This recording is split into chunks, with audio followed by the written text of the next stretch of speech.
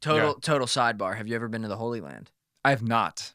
I have. You have. I have. So what was Have that you? experience? No, I haven't. Oh, I haven't. okay. But in terms of Living history. Yeah. walking where history happens. Yeah, I mean, you know? it's Rome to another level, I would say. Right.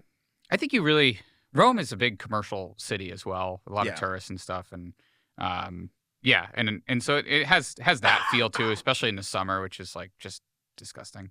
Yeah. I think Hot and sticky it's just and- it's kind of hot and sticky, and a lot of American tourists, Yeah. including me. But the Holy Land is a whole different ballgame. I think you really feel the history because part of the Holy Land is like first world and in modern terms, and part of the Holy Land is third world. Really? When you cross into Palestine, like especially Bethlehem, you really feel it. So you really feel that it's a different place. It's not a big commercial area other than the pilgrims that are there, especially if you go up to Nazareth, which is an Arabic city. And Jerome called it the fifth gospel, and it's true. You really pick up on things. So with the story about the woman who loses a coin, you realize, well, how hard could it be to find a coin?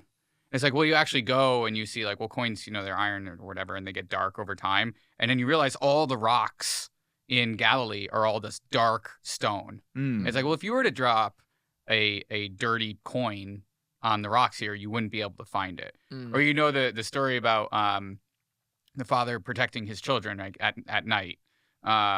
He sleeps closest to the door, right? And you have to go. You realize that the houses are probably the size of the table we're sitting at, and all the kids would be lined up, and he would be closest to the door, so he'd have to literally climb over all of his children, so to get the bread, yeah. To get the bread, yeah. So like you start to really put in context all these things, and of course you can walk Via Crucis. You walk that, you're at the point of Christ, the Annunciation. You're at the point of his death. Yeah. I mean, it's just Right. You're there, and it's just a whole different thing. Well, that's good to hear that there are places still like that. That's why when I lived in Rome, I was blessed to spend a month in Assisi. Wow. And when you're in Assisi, Was that your Italian lessons? it was my Italian lessons. Yeah, absolutely. And it was fantastic because there are some places where you feel like you're stepping back in time and you're a part of history. And Assisi is one place like that. And so a lot of cultures, I think, are becoming very homogenized in that America is kind of exporting first worldness. There's super highways everywhere, and there's internet everywhere. You see McDonald's in Bethlehem or whatever. I don't know if there was one there. I don't know. Definitely one in Jerusalem. I I'm really sure. hope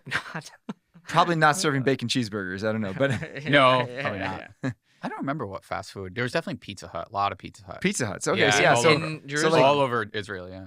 there was a great Like KFC song. too. If you ever look it up, there's a great song by a German band called Rammstein, who The band is called Rammstein. Rammstein, yeah, and their song is called America, and it's this rip on the fact that every single culture is becoming Americanized. That America is just exporting absolutely everything, TV shows and music, and so it's nice when you can find a little place where you are stepping back in time, where you get a sense of the culture of a place, Yeah. and not just America West or East, Right. whatever. 2 years ago, I spent a few nights in Assisi, and it's just so nice there. It's quiet. It is quiet. It's peaceful. You The feel- sunsets are great. Yeah, You go pray Vespers with the friars. It's just really special. that is cool. That is cool. It's public. It's